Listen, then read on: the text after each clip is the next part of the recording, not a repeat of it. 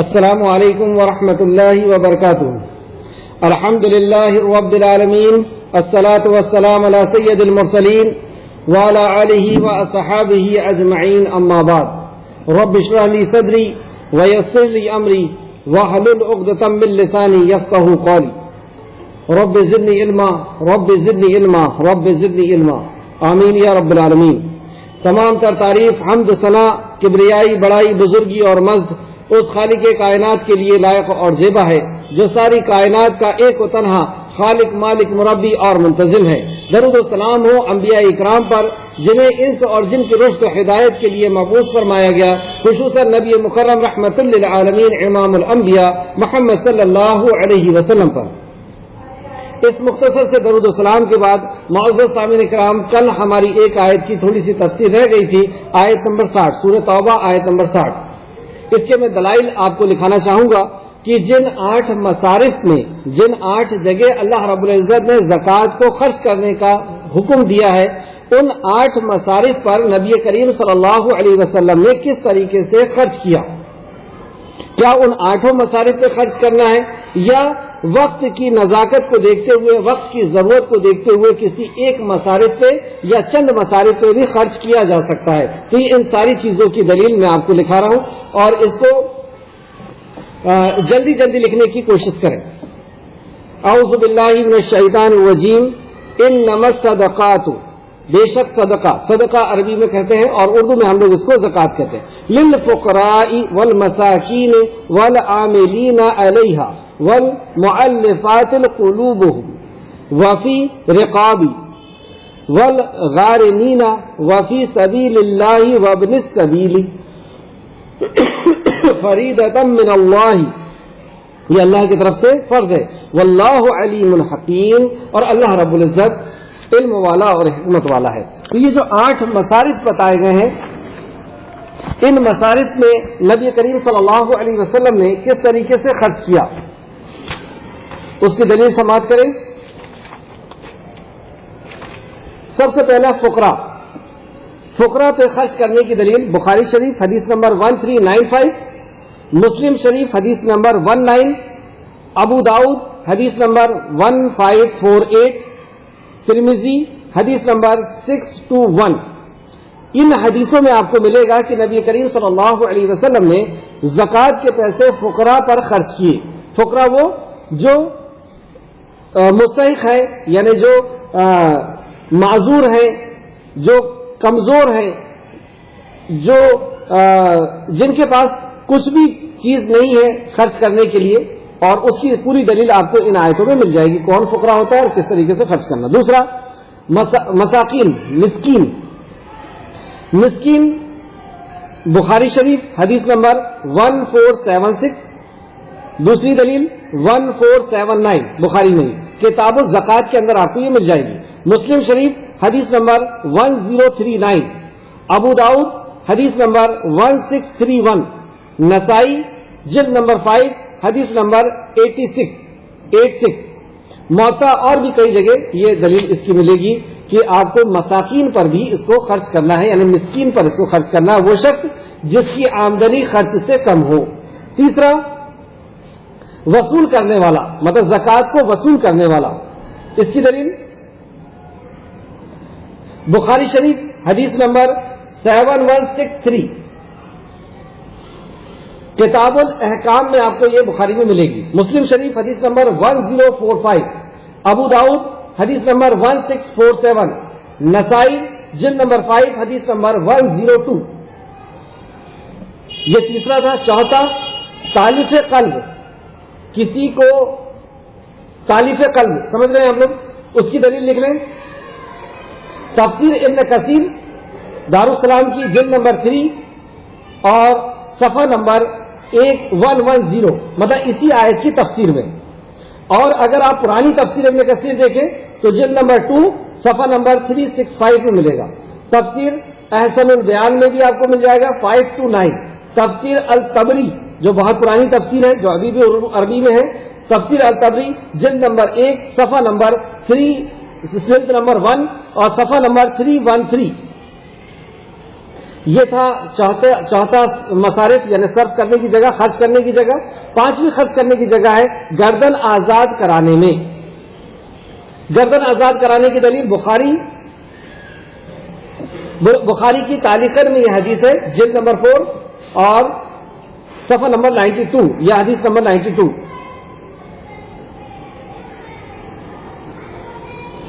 تفسیر الطبری جلد نمبر 10 اور صفحہ نمبر 210. جلد نمبر 10 صفحہ نمبر 210.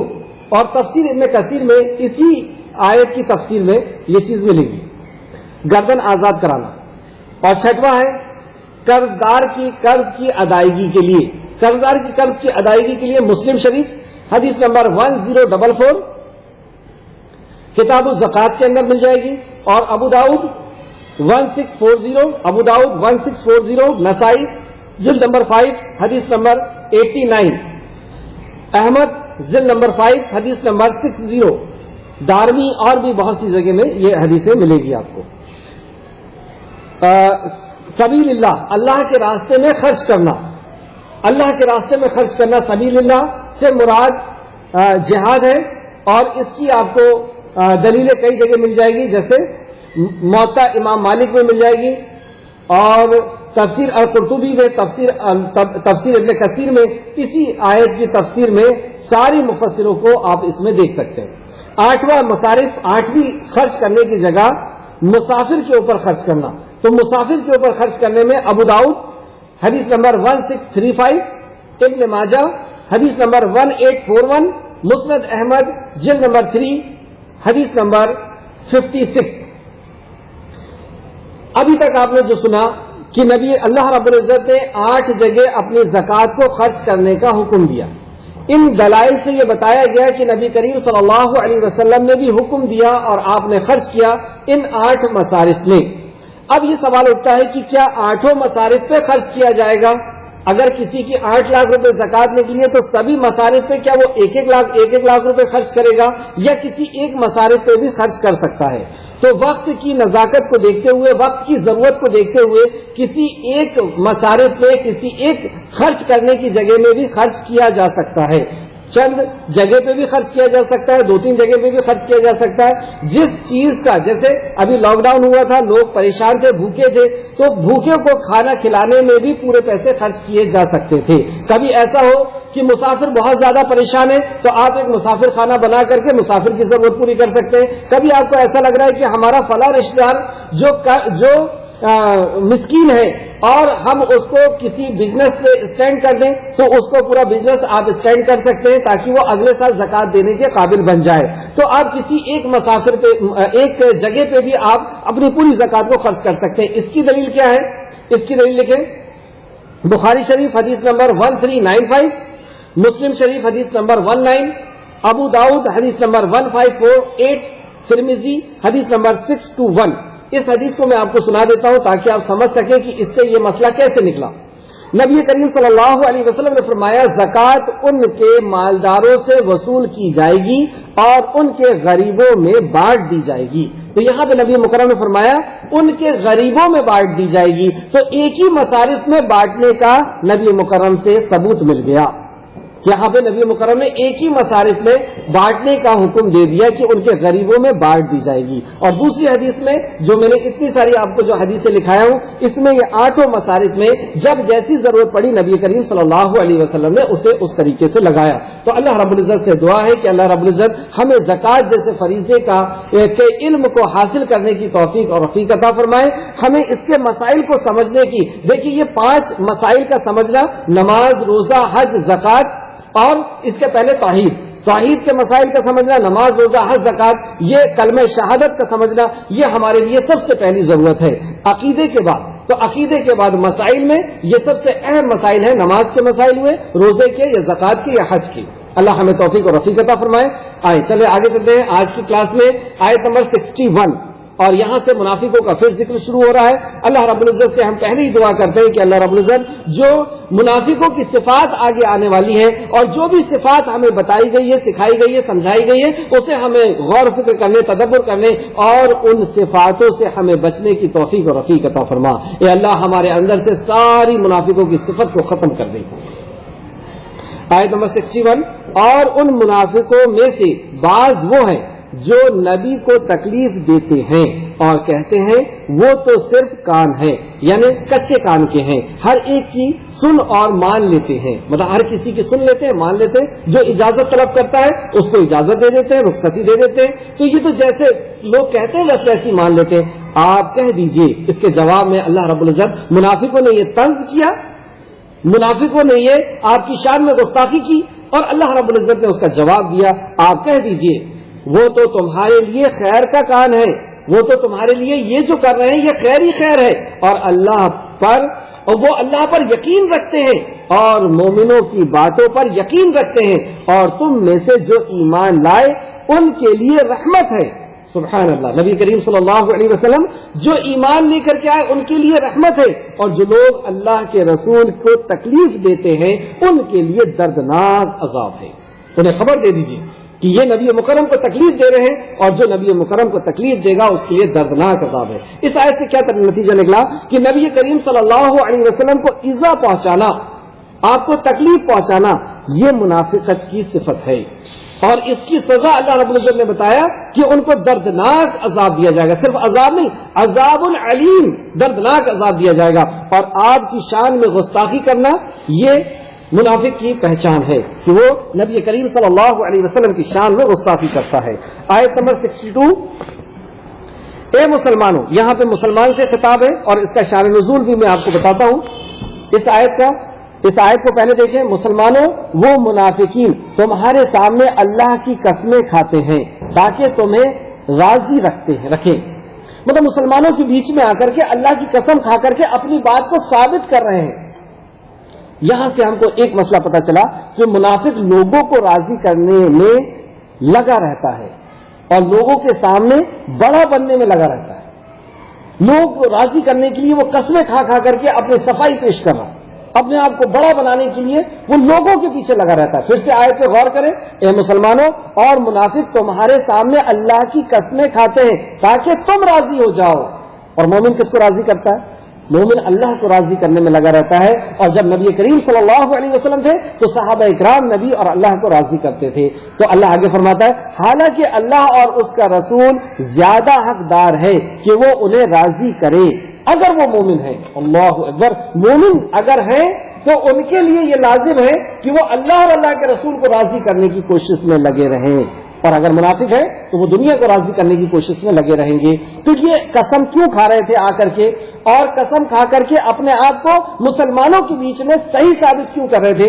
اس آیت کا شان نزول اس طرح ہے. اس آیت کے شان نزول کے بارے میں امام قتادہ نے کہا ہے کہ منافق میں سے ایک شخص نے کہا کہ ہمارے لوگ بہترین ہیں. مطلب منافقوں میں سے ایک شخص کہتا ہے کہ ہمارے لوگ بہترین ہیں اور یہ ہمارے سردار ہیں. مطلب ہمارے لوگ اچھے ہیں اور وہ ہمارے سردار ہیں.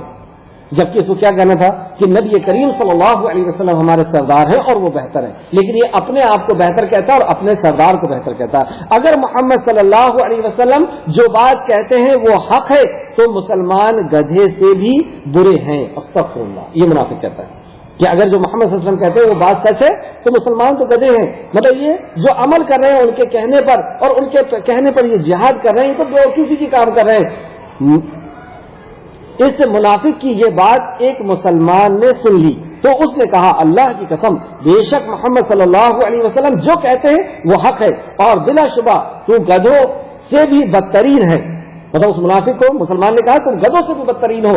اور اس بات کو حضور اقدس صلی اللہ علیہ وسلم کی خدمت میں پیش کر دیا تو آپ نے پیغام بھیج کر اسے بلوا لیا. مطلب اس شخص نے جس نے اس طریقے کی بات کی تھی نبی مکرم نے اپنے مجلس میں اسے بلا لیا. اس سے پوچھا کہ تو نے یہ بات کیوں کہی ہے؟ تو اس نے لعنتیں بھیجنا اور قسمیں کھانا شروع کر دی. اب نبی مکرم کے سامنے جب پکڑا گیا تو قسموں پہ قسمیں کھانے لگا اور لعنت کرنے لگا کہ میں نے اس کو ایسا نہیں کہا تھا اور اللہ کی قسم میں سچا ہوں، اور یہ جو شخص ہے، یہ مسلمان جس نے ایسا کہا تھا، یہ جھوٹا ہے اور میں سچا ہوں. اور کہا کہ نہیں، میں نے یہ بات نہیں کہی تھی. مطلب قسم کھا کے کیا کہتا ہے، میں نے یہ بات نہیں کہی تھی. یہ صورت حال دیکھ کر، مطلب یہ کنڈیشن کو دیکھ کر کے مسلمان نے دعا کی، اے اللہ سچوں کو سچا اور جھوٹوں کو جھوٹا ثابت کر دے. تو اس موقع پر اللہ تعالیٰ نے آیت کریمہ نازل فرمائی. تو اس مسلم کی شان میں اللہ رب العزت نے، اس کی صفائی میں اللہ رب العزت نے یہ آیت نازل فرمائی. آیت کو پھر سے سماعت فرمائے، اے مسلمانوں، وہ منافق تمہارے سامنے اللہ کی قسمیں کھاتے ہیں تاکہ تمہیں راضی رکھے، حالانکہ اللہ اور اس کا رسول زیادہ حقدار ہے کہ وہ انہیں راضی رکھے اگر وہ مومن ہیں. کیا انہیں معلوم نہیں ہوا کہ بے شک جو شخص اللہ اور اس کے رسول کی مخالفت کرے گا، کیا مطلب اس کا؟ کیا انہیں معلوم نہیں ہوا کہ بے شک جو شخص اللہ اور اس کے رسول کی مخالفت کرے گا؟ اللہ اور اس کے رسول کی مخالفت کیا ہے؟ اللہ اور اس کے رسول کی مخالفت، اللہ کے کلام کی مخالفت، نبی کی سنت کی مخالفت. نبی کی سنت سے کیا مراد ہے؟ نبی کی سنت ہمیں کہاں سے ملے گی، یا نبی کی سیرت ہمیں کہاں سے ملے گی؟ آپ کے زندگی گزارنے کے طریقے کو سیرت کہتے ہیں. تو نبی کی سنت یعنی جو عمل آپ نے کیا وہ ہمیں کہاں سے ملے گا، اور سیرت ہمیں کہاں سے ملے گی؟ تو یہ ہمیں ملے گی حدیث سے. تو پتہ یہ چلا کہ جس نے اللہ کے کلام کا اور نبی کے فرمان کا یعنی حدیث کی مخالفت کی، یعنی اس کے پاس علم آ گیا تھا، اس کے پاس علم تھا کہ یہ حدیث ہے، یہ قرآن کی آیت ہے، لیکن اس کے بعد بھی وہ اس کی مخالفت کرتا ہے.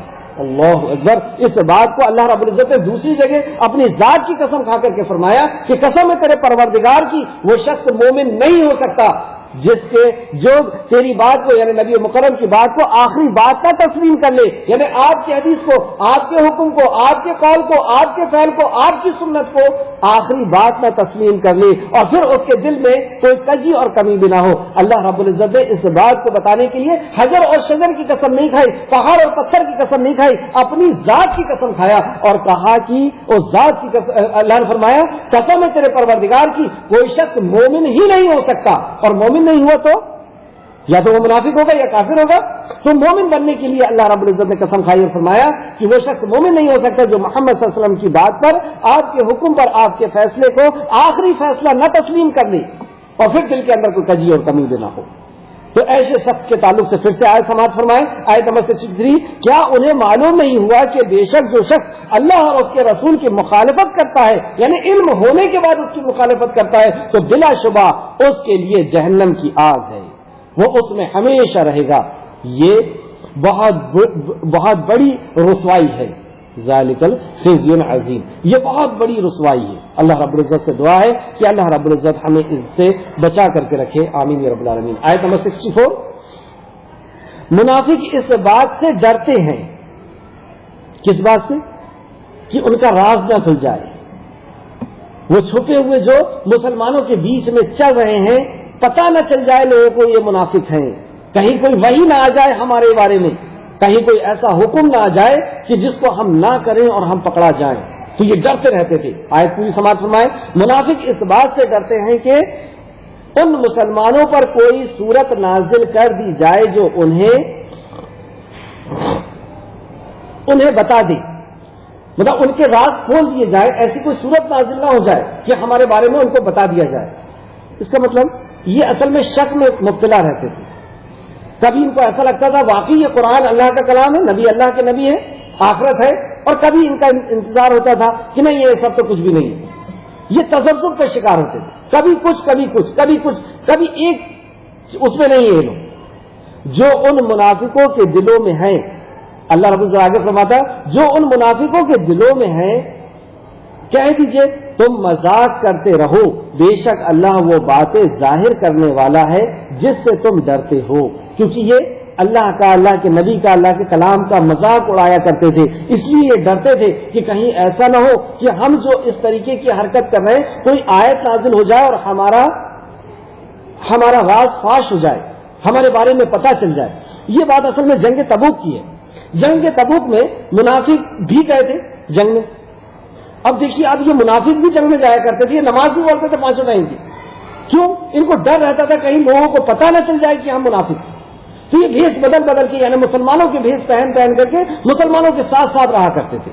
تو یہ جنگ تبوک میں حاضر ہوئے گئے، لیکن الگ الگ یہ لوگ رہتے تھے، الگ الگ ٹولیاں بنا کر کے اور وہیں پہ بیٹھ کر کے اور مسلمانوں کی ہمت کو پست کرنے کی باتیں کرتے رہتے تھے. مسلمانوں کو ڈرایا کرتے تھے کہ چلے جاؤ یہاں سے، واپس ہو جاؤ، تم پتہ ہے تم کیا کرنے جا رہے ہو اور وہاں پہ تم مارے جاؤ گے. اس طریقے سے صف میں رہنے کے بعد مسلمانوں کو اللہ کے کلمے کو بلند کرنے سے روکنے کا کام کرتے تھے، انہیں ڈی موٹیویٹ کرتے تھے، انہیں پست ہمتی ان کے اندر پیدا کرتے تھے اور یہ گروپ بنا کر کے رہتے تھے. اور یہ کہتے ہیں تفسیر ابن کثیر، یہ جو بھی میں آپ کو اس سے پہلے کی بھی جو میں نے شان نزول بتایا وہ تفسیر ابن کثیر جلد نمبر 3 اور صفحہ نمبر 114 اور 115، تو یہ 115 اور 116 سے میں آپ کو اس کی تفسیر بتا رہا ہوں. تو یہ کہتے ہیں اب یہ جو گروپ بنا کر کے بیٹھے ہوئے ہیں اور مسلمانوں کی ہمت کو پست کرنے کے لیے یہ ایک بات رکھتے ہیں کہ تم رومیوں سے لڑنے والے ہو، تم رومیوں سے لڑنے کے لیے آئے ہو، یہ عرب کے لوگ نہیں ہیں کہ تم ان سے لڑ لو. تم تو عرب کے لڑنے کی طاقت کو بھی جانتے تھے اور تم لڑنے کے جو ہے اصول کو بھی عرب کے جانتے تھے، تم خود عربی تھے، لیکن اب تمہارا مقابلہ روس سے ہو رہا ہے، روسیوں سے ہو رہا ہے، تم ان سے لڑ کر کے ان سے جیت نہیں سکتے اور ان کو عرب کے برابر نہ سمجھو. ہم دیکھ رہے ہیں اور کیا بولتے ہیں، ہم دیکھ رہے ہیں کہ کل رسیوں میں باندھ کر کے تمہیں گھسیٹ کر کے لایا جائے گا. مطلب رومی تمہاری یہ حالت کرنے والے ہیں، بھاگ جاؤ چھوڑ کر کے میدان. استقامت سے یہ لوگ ہٹانے کی کوشش کرتے تھے، ڈرانے کی، اور یہ ہمیشہ رہے گا. ایک شخص نے، ایک صحابی نے جنگ تبوک کے لیے کچھ کھجوریں لا کر کے دی، سب کا کیا کچھ کھجوریں لا کر کے دی. تو اس میں یہ طرز کرتے ہیں کہ ان بوڑھی کھجوروں سے یہ روس سے جیت جائیں گے، یہ بوڑھی کھجوروں سے یہ روس سے جیت جائیں گے. ہاں کوئی بھی نہیں ہے ساتھ میں، اکیلے ہو، تم جیت جاؤ گے ان سے. اللہ اکبر.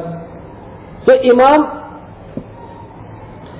تو آپ ان کی یہ جو حرکتیں ہیں اس سے کیا پتہ چلتا ہے کہ انسان اسی چیز کا مذاق اڑاتا ہے جس چیز کی اہمیت اس کی نظر میں کم ہوتی ہے، یا جس چیز کی اہمیت نہیں ہوتی اس چیز کا وہ مذاق اڑاتا ہے. ان کو ایمان والوں کی اہمیت نہیں تھی، ان کے بیچ میں نبی کریم صلی اللہ علیہ وسلم تھے، ان کی اہمیت نہیں. اللہ رب العزت کا فضل نازل ہوگا، اللہ کی رحمت، اللہ کے فرشتے نازل ہوں گے، یہ دین کو یقینی نہیں ہے. اس لیے یہ لوگ اس چیز کا مذاق اڑا رہے ہیں.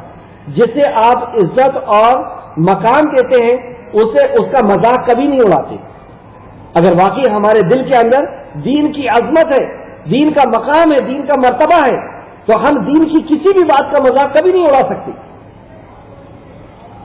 منافق کے نزدیک دین کی کوئی اہمیت، کوئی چیز نہیں تھی دین، اس لیے وہ دین کی باتوں کا، نبی کی سنتوں کا، نبی کے حکم کا، قرآن کے حکم کا، اللہ کے حکم کا وہ مذاق اڑایا کرتے تھے. اب ہم اپنے آپ کو دیکھیں گے اس آیت کی روشنی میں. پہلے آیت پوری سن لیں. منافق اس بات سے ڈرتے ہیں کہ ان مسلمانوں پر کوئی صورت نازل کر دی جائے جو انہیں ہر بات بتا دے جو ان منافقوں کے دلوں میں ہے. کہہ دیجئے تم مذاق کرتے رہو، بے شک اللہ وہ باتیں ظاہر کرنے والا ہے جس سے تم ڈرتے ہو. مطلب تمہارے اندر جو نفاق ہے اللہ رب العزت اس کو ظاہر کرے گا، اور اللہ کے ظاہر کرنے کی کئی صورتیں تھی. وہی کا ہی نزول نہیں تھا، ایسے احکام اللہ نازل کرتا تھا کہ یہ اس پہ عمل نہیں کر پاتے تھے، اور عمل نہیں کر پاتے تھے تو پکڑے جاتے تھے، لوگ سمجھ لیتے تھے. آگے دیکھیں اس کے شان نزول کے تعلق سے ایک اور حضرت عبداللہ بن عمر سے روایت ہے کہ غزوہ تبوک میں ایک مجلس میں ایک شخص نے کہا کہ میں نے اپنے ان علماء جیسا کسی کو نہیں دیکھا کہ پیٹ کے لیے انہیں بہت رغبت ہے. مطلب مسلمانوں کے جو علماء تھے، جو صحابہ اکرام تھے، صحابہ تو سارے کے سارے علماء تھے، علم والے تھے، تو صحابہ اکرام کو کیا کہتے ہیں، میں نے ان کے جیسے لوگ نہیں دیکھا، یہ تو صرف پیٹ کی رغبت کے لیے لڑتے ہیں، یہ پیٹ کی رغبت کے لیے اسلام کے اندر ہے. دیکھیں مذاق کس طریقے سے اڑایا جا رہا ہے کہ جو دین کا کام کر رہے ہیں تو پیٹ کے لیے کر رہے ہیں. زبانوں کے، اور دوسری بات کہتے ہیں زبانوں کی یہ جھوٹے ہیں، مطلب یہ زبان سے جھوٹ کہتے ہیں. دوسری بات، اور دشمن کے مقابلے کے وقت یہ بہت بزدل ثابت ہوتے ہیں. اللہ اکبر. یہ الزامات صحابہ کرام کے اوپر لگائے جا رہے ہیں. یہ سن کر مجلس میں سے ایک شخص نے کہا کہ تو اس بات میں قرآن مجھے نازل ہو گیا. اس شخص نے کہا کہ تو جھوٹ کہہ رہا ہے, تو منافق ہے. میں رسول کریم صلی اللہ علیہ وسلم کو یہ بات ضرور بتاؤں گا. بہرحال رسول کریم صلی اللہ علیہ وسلم کو یہ بات پہنچا دی گئی اور اس بارے میں قرآن میں نازل ہو گیا. عبداللہ بن عمر نے کہا کہ میں نے اسے دیکھا کہ رسول کریم صلی اللہ علیہ وسلم کی اونٹنی کے مہانے یعنی کوہان کو پکڑے ہوئے تھا. پتھر اس کے پاؤں زخمی کر رہے تھے اور وہ کہہ رہا تھا اے اللہ کے رسول ہم تو یوں ہی بات چیت کر رہے تھے, یعنی ہم تو یوں ہی ہنسی مذاق کر رہے تھے, دل لگی کر رہے تھے. اور اللہ کے رسول فرما رہے تھے, وہ اس آیت کو نبی کریم صلی اللہ علیہ وسلم فرمائے تھے, آیت نمبر 65. کیا آیت ہے وہ؟ کیا تم اللہ اور اس کی آیتوں اور اس کے رسول سے ہنسی مذاق کرتے ہو؟ اب بہانے مت بناؤ, یقیناً تم ایمان لانے کے بعد کافر ہو چکے ہو. آیت سماعت فرمائے, آیت نمبر 65. اور البتہ مطلب اس شخص نے کیا کیا تھا؟ اللہ کے نبی کا, اللہ کے صحابہ کا, اللہ کے کلام کا مذاق اڑا رہا تھا. یعنی مذاق میں ہنسی مذاق ٹائم پاس کے لیے اس نے دین کو استعمال کیا. کیسے دین کو استعمال کرتے ہیں میں ابھی آگے بتاتا ہوں آپ کو کہ اس کو دین کو کس طریقے سے یہ لوگ استعمال کرتے ہیں. آیت پہلے دیکھیں, آیت نمبر 65. اور البتہ اگر آپ ان سے پوچھیں تو وہ ضرور کہیں گے کہ ہم تو صرف شغل کے طور پر یعنی ہنسی مذاق کے طور پر باتیں اور دل لگی کر رہے تھے. کہہ دیجئے کیا تم اللہ اور اس کے آیتوں اور اس کے رسول کے ساتھ مذاق کیا کرتے ہو؟ اب بہانے مت بناؤ, یقیناً تم نے اپنے ایمان کے بعد کفر کیا, مطلب مومن ہونے مسلمان ہونے کے بعد تم اب کافر ہو گئے. اگر ہم تم میں سے ایک گروہ کو معاف کر بھی دیں تو دوسرے گروہ کو اس کی وجہ سے عذاب دیں گے اور وہ مجرم ہیں. تو یہ اللہ کے کلام کی کسی بات کو لے کر کے, کسی احکام کو لے کر کے مذاق کرتے تھے, یا نبی مکرم کی کسی سنت کو لے کر کے مذاق کیا کرتے تھے, یا جہاد کو جانے کو لے کر کے یہ لوگ مذاق کیا کرتے تھے. آج بھی ہمارے دور میں یہ ہوتا ہے, کوئی داڑھی کو لے کر کے مذاق کر رہا ہے کہ جوانی میں داڑھی رکھ لی ہے تم نے. کوئی ٹکنے سے اوپر کسی نے اگر اپنا تہبند باندھا ہوا ہے, اپنے کپڑے کو ٹکنے سے اوپر رکھا ہوا تو اس کا مذاق کرتے ہیں کہ چھوٹے بھائی کا پیجامہ پہن لیے اور ابو کا کرتا پہن لیے, مذاق کر رہے ہیں. بھائی ٹکنے کھلے رکھنا یہ تو سنت ہے, تو آپ سنت کا مذاق کر رہے ہو, دین کا مذاق کر رہے ہو جو آسمان سے نازل ہوا ہے. کوئی پردے کو لے کر کے مذاق کرتا ہے کہ بوڑھے کے جیسے تم نے جوانی میں پردہ لگا لیا ہے, اور کوئی دائیں ہاتھ سے کھانے کو لے کر کے مذاق کرتا ہے. جیسے آپ دیکھیں گے بڑے بڑے ہوٹلوں میں 3-4 چمچ لگے ہوئے ہوتے, ایک پھنسانے کے لیے, ایک کھینچنے کے لیے اور ایک کھانے کے لیے, لیکن یہ شخص ہاتھ سے کھا رہا ہے تو اس کا مذاق اڑایا جا رہا ہے. یہ دیکھو یہ پرانے زمانے کا ہاتھ سے کھا رہا ہے, یہ اتنی بڑی 5 اسٹار ہوٹل میں بیٹھ کر کے ہاتھ سے کھا رہا ہے. کوئی بیٹھ کر کے کھانا کھا رہا ہے, اس کا مذاق اڑایا جا رہا ہے کہ یہ دیکھو یہ بیٹھ کر کے کھا رہا ہے, جبکہ کھڑے ہو کر کے اور چل چل کے لوگ کھا رہے ہیں, جانور کی طرح کھڑے ہو کر کے اور چل چل کے کھا رہے ہیں, اور یہ بیٹھ کر کے کھانا کھا رہا ہے. یہ تو پرانے زمانے کا ہے. کوئی بیٹھ کر کے اگر پانی پی لے تو سب کی نظریں اس کے طرف چل جائیں گی کہ یہ دیکھو یہ بیٹھ کر کے پانی پی رہا. مذاق اڑایا جا رہا ہے کہ یہ تو ایسا پرانے زمانے کا. اور جس نے نکاح ثانی کر لیا اس کی تو شامت آ گئی, جس نے نکاح ثانی کر لیا اس کو تو سب سے بڑا بدترین اور سب سے بڑا, اس کو تو پتہ نہیں کیا کیا کہہ دیا جائے گا. اگر اس نے زنا کیا ہے تو کوئی ٹینشن نہیں, یہ تو فیشن ہے. لیکن اگر دوسرا نکاح کر لیا تو اللہ اکبر, اس کی تو شامت آ گئی. تو یہ دین کی جو بھی چیز ہے اس کو لے کر کے اگر کسی نے ٹارگٹ کیا, اس کو مذاق بنایا اور اس کو ہنسی کی چیز بنایا, تو اللہ رب العزت نے یہ آیت نازل فرمائی ہے. اب آیت کو پھر سے سنیں آپ.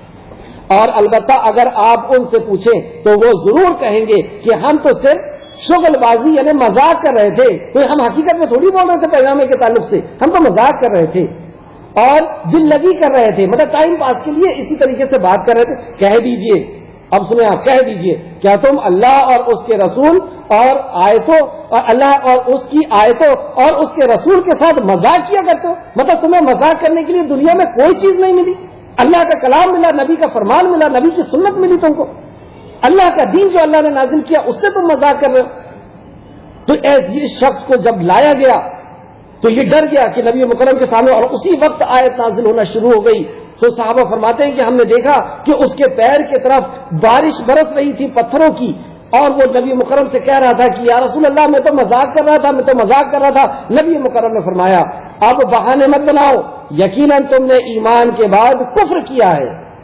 یہ انسان کو دائرہ اسلام سے نکال دیتا ہے۔ اللہ کے نبی کی کسی سنت کو لے کر کے تماشا بنانا، مذاق کرنا، ٹائم پاس کرنا، اللہ کے کلام کی کسی بات کو لے کر کے ٹائم پاس کرنا۔ اگر ہم تم میں سے ایک گروہ کو معاف کر بھی دیں، اللہ فرماتا ہے کہ ایک گروہ کو ہم معاف بھی کر دیں تو دوسرے گروہ کو اس کی وجہ عذاب دیں گے وہ جو مجرم تھے۔ آیت نمبر 67، منافق مرد اور منافق عورتیں ان کے بعض سے ہیں۔ یہاں اس آیت سے یہ پتہ چلا کہ منافق مرد بھی ہوتے ہیں، منافق عورتیں بھی ہوتی ہیں۔ جس طرح منافق مرد ہوتے ہیں اس طریقے سے منافق عورتیں بھی ہوتی ہیں، اور آگے یہاں پر صفت بتائی جا رہی ہے منافق مرد اور منافق عورتوں کی۔ اس کے بعد کچھ آیت کے بعد مومن مرد اور مومن عورتوں کی بھی صفت بتائی جائے گی۔ یہاں پہ ہم منافق مرد اور منافق عورتوں کی صفت دیکھتے ہیں۔ وہ برے کاموں کا حکم دیتے ہیں،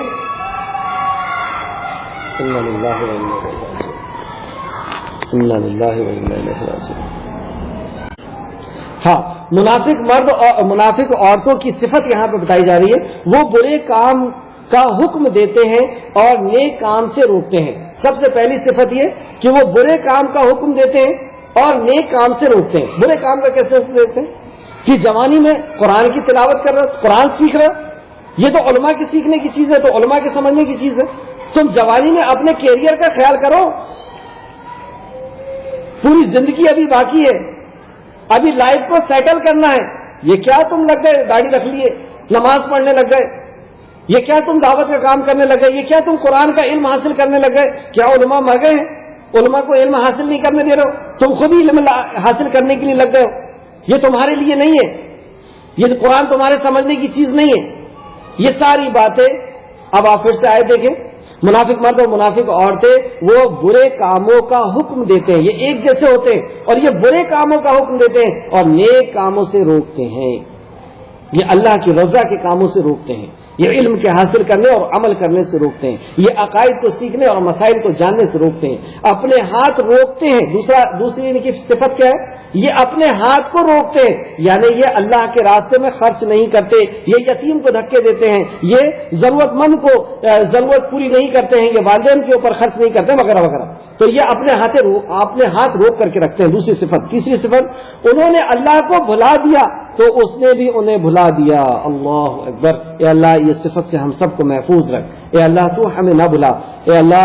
یہاں پہ اللہ نے فرمایا انہوں نے اللہ کو بھلا دیا تو اس نے بھی انہیں بھلا دیا، بے شک منافقین ہی نافرمان ہیں، بے شک منافقین ہی نافرمان ہے۔ آیت نمبر 68، اللہ نے منافق مردوں اور منافق عورتوں اور کافر سے دوزخ کی آگ کا وعدہ کر رکھا ہے، وہ اس میں ہمیشہ رہیں گے، وہ دوزخ انہیں کافی ہے، اور اللہ نے ان پر لعنت کی ہے اور ان کے لیے دائمی عذاب ہے۔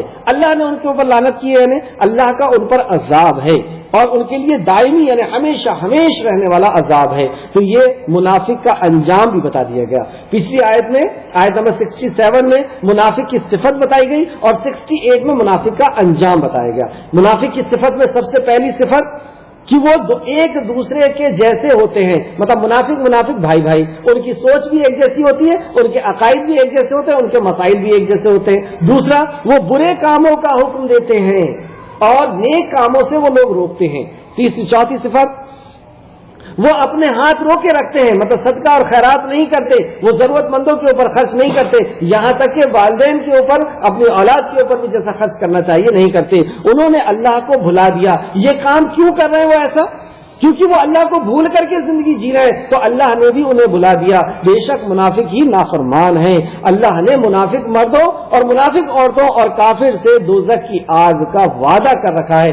یہ وعدہ اللہ کر رہا ہے، تو جس چیز کا وعدہ اللہ رب العزت کر لے تو اس سے بہتر پورا کرنے والا اور کوئی نہیں ہو سکتا، اور اس میں ہمیشہ رہیں گے۔ اور اس جہنم میں یہ کیسے رہیں گے؟ ان منافقوں کے لیے کہا گیا کہ یہ اس میں ہمیشہ رہیں گے، وہ دوزخ انہیں کافی ہے، اور اللہ نے ان پر لعنت کی ہے یعنی عذاب بھیجا ہے، اور ان کے لیے دائمی عذاب ہے یعنی ہمیشہ کا ان کے لیے عذاب ہے۔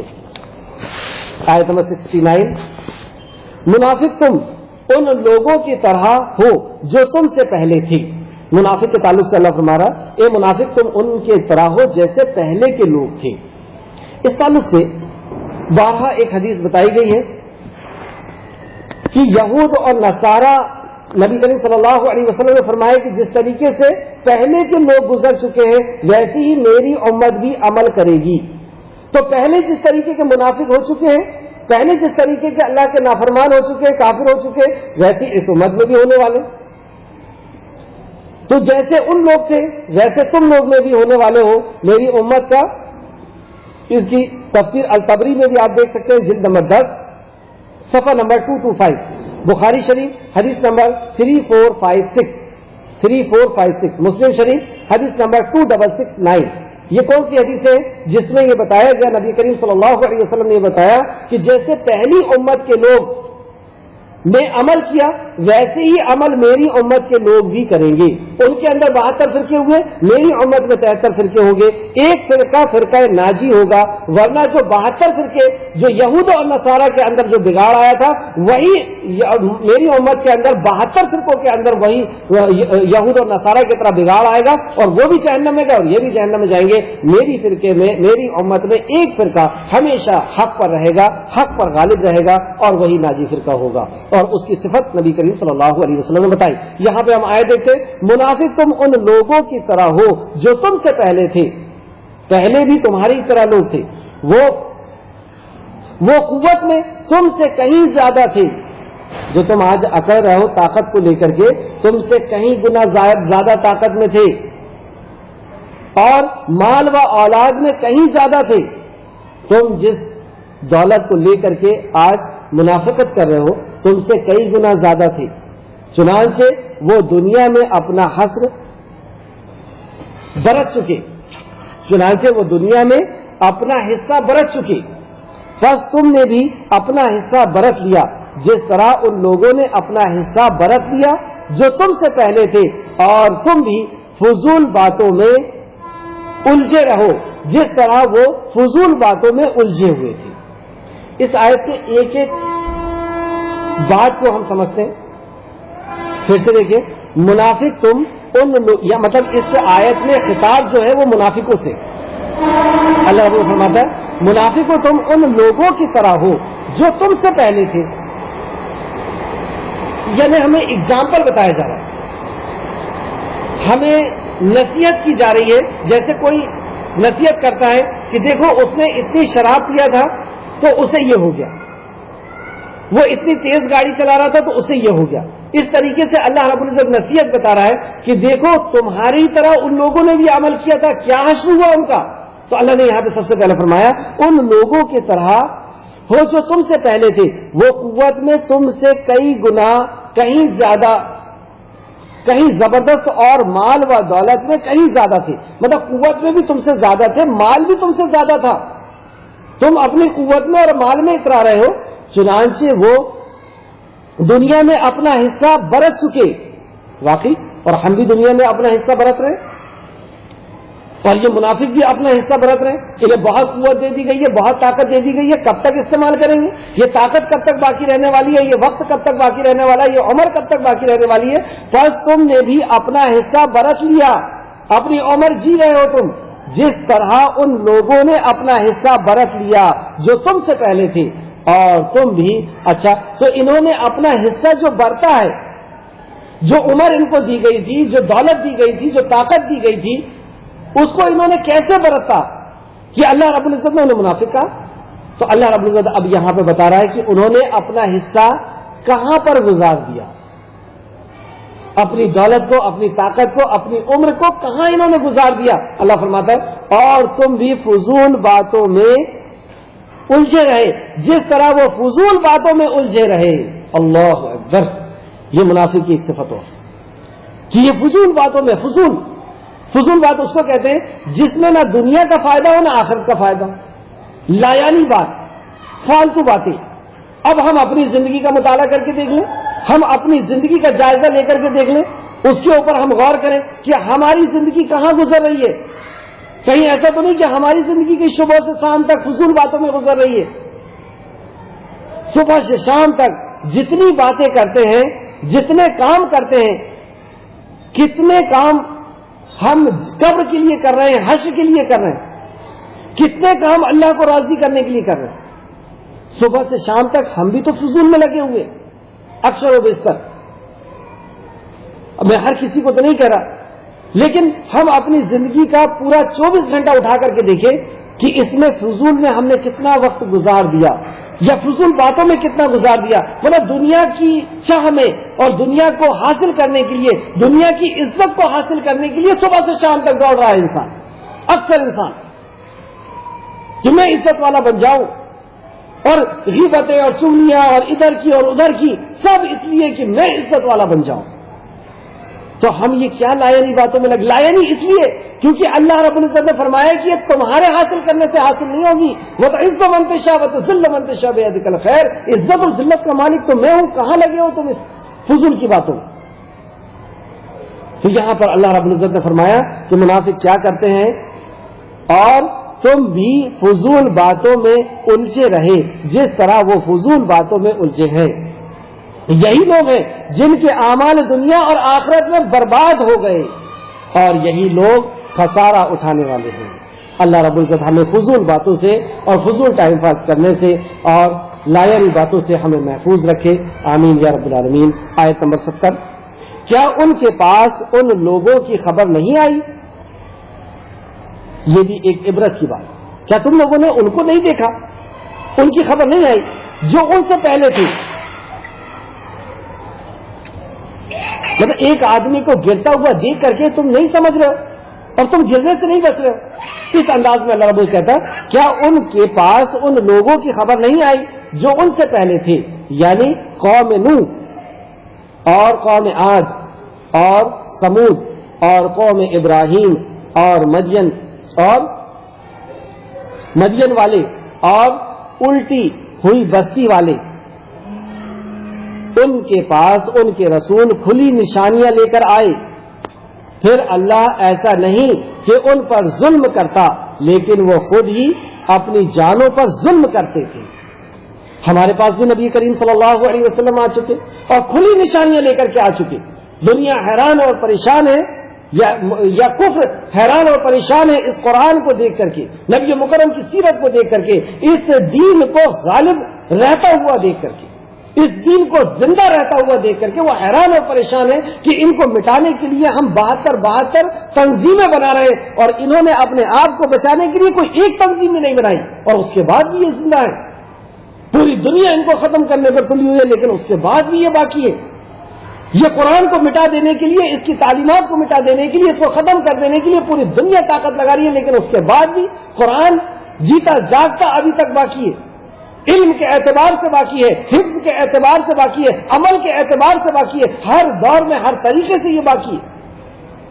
یہ حیران اور پریشان، تو ہمارے سامنے اللہ کے نبی آ چکے اور آپ کی تعلیمات آ چکی، لیکن اس کے بعد بھی اگر ہم نے اس کا انکار کیا جیسے ان لوگوں نے کیا تھا، پھر سے آئے دیکھیں ان کے پاس ان کے رسول کھلی نشانیاں لے کر آئے تھے، تو یہ کھلی نشانیاں ہمیں اس بات کی دلیل ہے کہ یہ دین سچا ہے۔ پھر اللہ ایسا نہیں کہ ان پر ظلم کرتا، لیکن وہ خود ہی اپنی جانوں پر ظلم کرتے تھے، اور ہم نے اس کی تعلیمات پر عمل نہیں کیا، یعنی ہم نے اپنی جان پر ظلم کیا ہے۔ اللہ رب العزت کا کچھ نہیں بگاڑا، ہم نے اپنی جان پر ظلم کیا ہے، اور اس ظلم کی سزا مل کر کے رہے گی۔ اللہ ہمیں محفوظ رکھے اور ہمیں نبی مکرم صلی اللہ علیہ وسلم کی تعلیمات پر عمل کرنے کی توفیق اور عطا فرمائے۔ آیت نمبر 71 جس کے اندر مومن کی صفت اب بتائی گئی، اس کے پہلے آپ نے آیت دیکھا آیت نمبر 67، اس میں منافق کی صفت بتائی گئی تھی، آیت نمبر 71 میں مومن کی صفت بتائی جا رہی ہے، اور اسی کا جسٹ اپوزٹ ہے، اسی کا الٹا ہے۔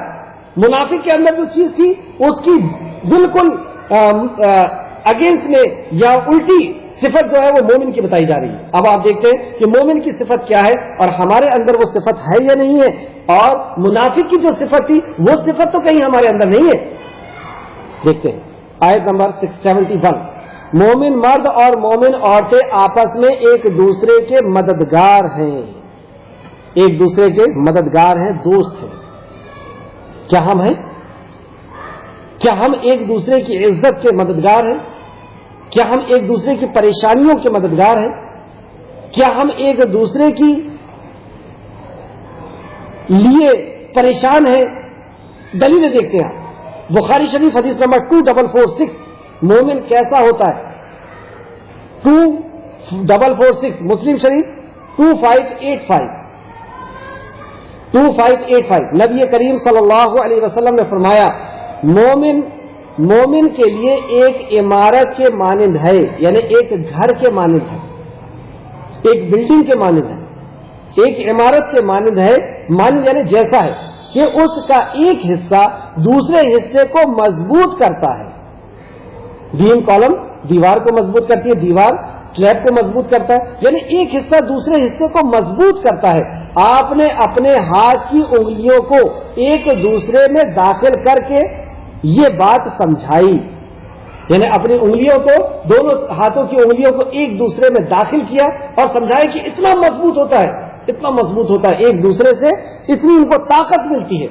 ہم بھی تو آپس میں مسلمان ہیں، ہمیں ایک دوسرے سے ڈر لگ رہا ہے کہ وہ ہمیں نکال دے گا، وہ ہمیں مار دے گا. یہ کیسے مومن ہے؟ ضرور کچھ اس سے ہمیں محاسبہ کرنا ہوگا. دوسرا دیکھیں آپ مومن کی اور صفت نبی کریم صلی اللہ علیہ وسلم نے فرمائی، جو بخاری نے روایت کیا. بخاری شریف 6011 مسلم شریف 2586 نبی کریم صلی اللہ علیہ وسلم نے فرمایا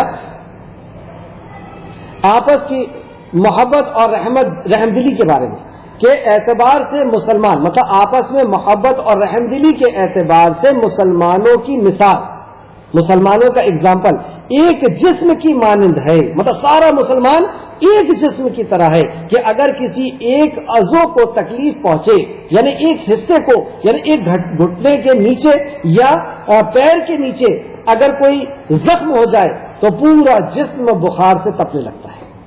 تو یہاں پہ فرمایا کہ ایک جسم کے مانند ہے کہ اگر کسی ایک حصہ یعنی ایک عضو کو کوئی تکلیف ہو تو اور بخار کے ساتھ سارا جسم بے قرار ہو جاتا ہے. اسے امام بخاری نے روایت کیا 6011 مسلم 2586. کیا ہمارا حال یہ کہ ایک مومن پریشان ہے تو ہم بھی پریشان ہوں ایسے؟ کیا ہم ایک جسم کی طرح؟ ہم تو ایک دوسرے کو دیکھنا پسند نہیں کر رہے، ایک دوسرے کی بات پسند نہیں. اس نے میری عزت نیچے کر دیا، مسجدوں کے سامنے بورڈ لگ گئے، گھروں کے سامنے بورڈ لگ گئے، ہم ان سے رشتہ نہیں کر سکتے، وہ ہمارے ساتھ نہیں بیٹھ سکتے. اس قدر دیواریں، اور اس کے بعد بھی ہم سمجھ رہے ہیں کہ ہم سب مومن ہیں. یا تو یہ حدیث صحیح ہے یا یہ مومن صحیح ہے، اور حدیث ہی صحیح ہے، قیامت تک صحیح رہے گی. یہ مومن نہیں ہے صحیح.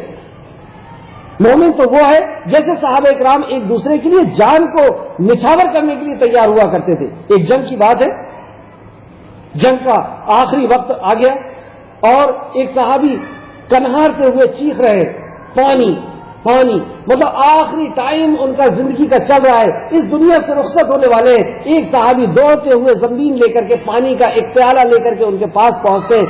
جیسی پاس میں پہنچے تو دور سے ایک صحابی اور آواز دے رہے ہیں، ان کی زندگی کی بھی آخری آواز ہے، وہ آواز لگاتے ہیں پانی پانی. تو وہ صحابی جو زندگی سے رخصت ہونے والے ہیں، جو اس دنیا سے رخصت ہونے والے ہیں، کتنی تکلیف ہوگی، کتنی پیاس کی شدت ہوگی، لیکن وہ کہتے ہیں میرے اس بھائی کو دے دو، اس بھائی کے پاس چلے جاؤ. وہ پیالہ لے کر کے دوسرے بھائی کے پاس جاتا ہے. جیسے اس کے پاس پہنچتا ہے تو پھر وہاں سے تیسری جگہ سے آواز آتی ہے، تیسرے ایک صحابی جو زخم میں چور ہیں، جن کے جسموں کے اوپر تیر اور تلواروں کے نشان لگے ہوئے ہیں اور وہ زندگی سے اس دنیا سے رخصت ہونے والے ہیں، وہ آخری آواز نکالتے ہیں پانی پانی.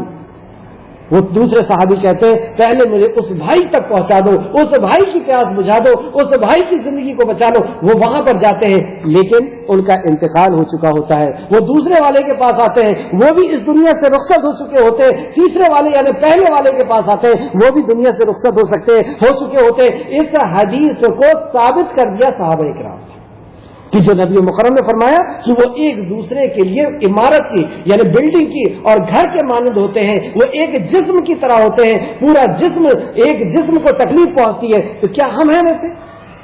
مسلمان پریشان ہو رہے ہیں کسی کونے کے اندر، ہمیں کوئی اس سے فرق نہیں پڑ رہا. ہم ہوٹلوں میں بیٹھے ہوئے ہیں، ہم عیش کر رہے ہیں، ہم عزت کی زندگیاں گزار رہے ہیں اور دوسرا مسلمان پریشان ہے، کوئی اس سے لینا دینا نہیں. یہ مسلمان نہیں ہوتا. ایک دوسرے کی عزت کے پیچھے لگے ہوئے ہیں، ایک دوسرے کو بے عزت اور حقیر کرنے کے پیچھے لگے ہوئے ہیں. یہ کیسی مسلمانی؟ کیا ہم نے سمجھ لیا ہے ہم آنکھ بند کر کے، جیسے وہ بلی ہوتی ہے نا، وہ آنکھ بند کر کے دودھ پیتی ہے اور وہ سوچتی ہے کہ مجھے کوئی دیکھ نہیں رہا.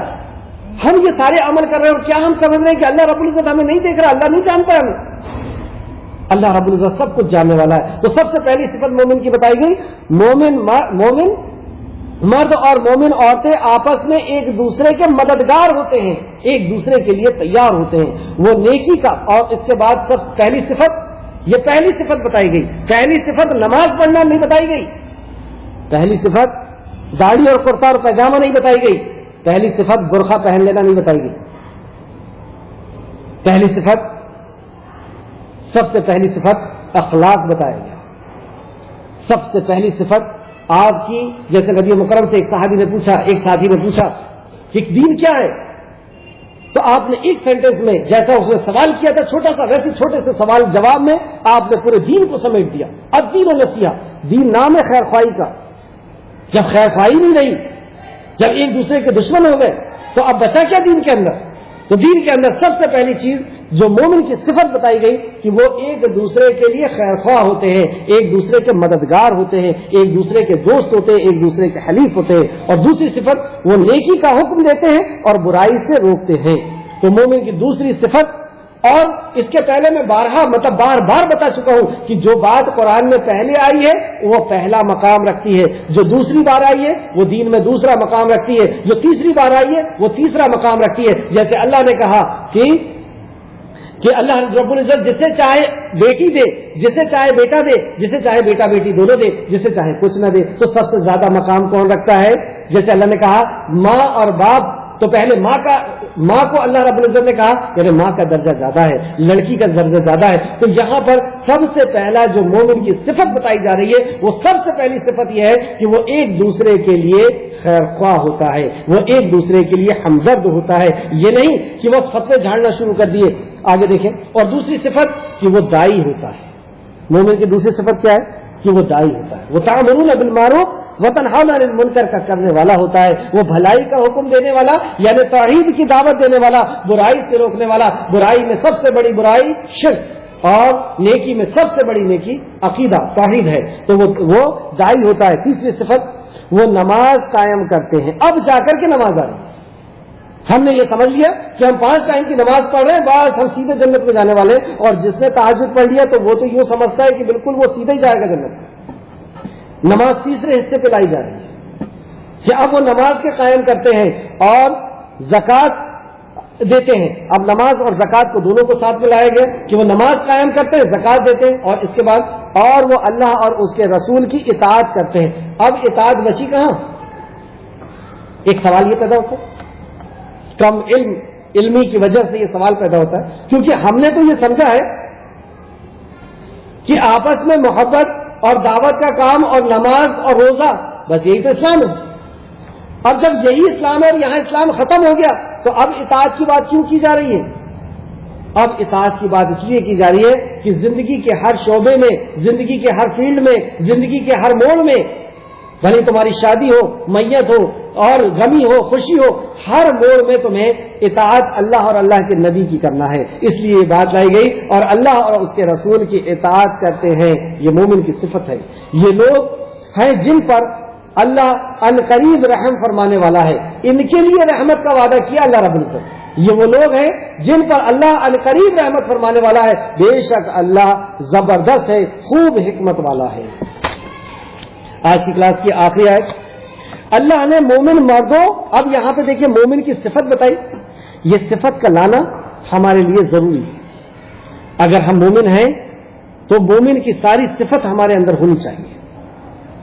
اور یہ مومن کی صفت اگر نہیں ہے تو پھر ہم سمجھ لیں کہ ہمارے اندر کون سی صفت ہے. بہرحال اگر مومن کی صفت ہے اور ہم مومن ہیں تو مومن کے لیے اللہ رب العزت یہاں وعدہ کرتا ہے. اللہ نے مومن مردوں اور مومن عورتوں سے ایسے باغ کا وعدہ کیا ہے جن کے نیچے نہریں بہتی ہیں. سبحان اللہ. وعدہ کرنے والا کون؟ ساری کائنات کا خالق مالک و رازق. ایک ایگزامپل نبی کریم صلی اللہ علیہ وسلم نے اس بات کی یقین دلانے کے لیے بہت پیارا ایگزامپل دیا کہ کوئی لوگ جنگل میں گم گئے ہیں اور کوئی راستہ بتانے والا انہیں راستہ بتائے اور ایک باغ میں لے کر کے جائے اور اس باغ کے اندر بہت سارے پھل ہوں, بہت ساری عیش و آرام کی چیزیں ہوں, اور پھر وہ کوئی شخص آئے اور کہے, وہی شخص واپس آئے اور کہے کہ اس باغ سے بہتر باغ آگے ہے, اس سے زیادہ قیمتی چیزیں آگے ہیں, لیکن وہ جو لوگ ہیں, جو مسافر ہیں, وہ اس بات کا یقین نہ کریں. سیم اسی طرح ہے کہ اللہ رب العزت نے یہ قیمتی دنیا ہمیں عطا کی جو ہمیں بہت پیاری, ہمیں اپنا جسم بہت پیارا ہے, کان آنکھ دل. کوئی اگر یہ بولے کہ پورا اندور ہم تمہارے نام پہ لکھ دیتے, ایک ہاتھ دے تو ہم دینے والے نہیں ہیں. مطلب ایک ہاتھ ہمارا پورے اندور سے زیادہ قیمتی ہے ہمارے لیے, ایک آنکھ ہماری پوری اندور سے زیادہ. کوئی کہے کہ ہم تم کو پورا ہندوستان کا مالک بنا دیتے ہیں, 2 پیر ہم کو دے دو, کسی حالت میں دینے کو تیار نہیں ہوں گے. مطلب اس ہندوستان سے زیادہ قیمتی ہمارے لیے ہمارا پیر ہے, ہمارے لیے ہماری آنکھ ہے. اللہ رب العزت نے اتنی پیاری چیز, اتنی قیمتی دنیا ہمیں عطا کی ہے. وہی اللہ کہہ رہا ہے کہ اس سے زیادہ قیمتی میں تمہیں دینے والا ہوں. جس نے ایک بار دے کر کے دکھا دیا وہی کہہ رہا ہے کہ اس کے بعد دینے والا ہوں. وہی اللہ ہم سے وعدہ کر رہا ہے کہ اس کے بعد دینے والا ہوں. آیت کو پھر سے سماعت کریں, آیت نمبر 72. اللہ نے مومن مردوں اور مومن عورتوں سے ایسے باغات کا وعدہ کیا ہے جس کے نیچے نہریں بہتی ہیں, وہ ہمیشہ اس میں رہیں گی, اور سدا بہار باغات میں پاکیزہ محلات کا وعدہ ہے ان سے. مطلب اس میں وہ ہمیشہ رہیں گے اور پاکیزہ زندگی جئیں گے, پاکیزہ چیزیں کھانے کو دی جائے گی, پاکیزہ محلات وہاں پہ دیے جائیں گے. یہ تو اللہ نے نعمت کے بارے میں بتا دیا, لیکن یہاں پہ ایک اور چیز کی طرف اشارہ کیا جا رہا ہے.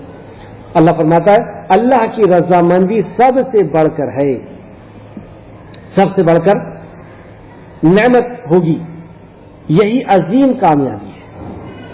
جنت کے بارے میں بارہا ہم نے سنا ہے کہ جنت ایسی ہوگی تحت حلف, مطلب جس کے نیچے پانی اور نہریں بہتی ہوں گی, اور یہ باغ ہوں گے اور ایسا ہوگا ایسا ہوگا. لیکن یہاں پہ جنت کے اندر ایک عظیم نعمت کا ذکر کیا گیا. وہ عظیم نعمت کے تعلق سے یہاں پہ اللہ اشارہ کرتا ہے اللہ کی رضامندی سب سے بڑھ کر ہے. مطلب جنت کے اندر, جنت میں سب سے بڑی جو نعمت ہے وہ اللہ رب العزت کی رضامندی ہے ہوگی, یہی عظیم کامیابی ہے, یہ ہے سب سے بڑی کامیابی. اس تعلق سے آپ چند حدیث, 2 حدیث پر آپ کو بتاؤں گا. سب سے پہلی حدیث کہ جب صحابہ نے پوچھا, یہ سوال ہے اور یہ 2 سوال آپ کے اسائنمنٹ میں بھی آئیں گے. جب صحابہ نے پوچھا کہ اے اللہ کے رسول ہمیں جنت کے بارے میں بتائیں کہ اسے کس طرح بنایا گیا, تو آپ صلی اللہ علیہ وسلم نے کیا بتایا. مطلب صحابہ کرام کتنا پیارا سوال کرتے ہیں کہ یا رسول اللہ ہمیں جنت کے بارے میں بتائیے کہ جنت کو کس طریقے سے اللہ رب العزت نے بنایا ہے. ہم جنت کے بارے میں یا رسول اللہ آپ کی زبان مبارک سے سننا چاہتے ہیں. تو نبی کریم صلی اللہ علیہ وسلم نے جنت کا نقشہ کھینچا, اور کیا ہی پیاری جنت ہے. اور واقعی جس جنت کو اللہ رب العزت اپنا مہمان خانہ بنائے اور ہمیں مہمان اس کے اندر ہو. مسند احمد جلد نمبر 2 حدیث نمبر 305.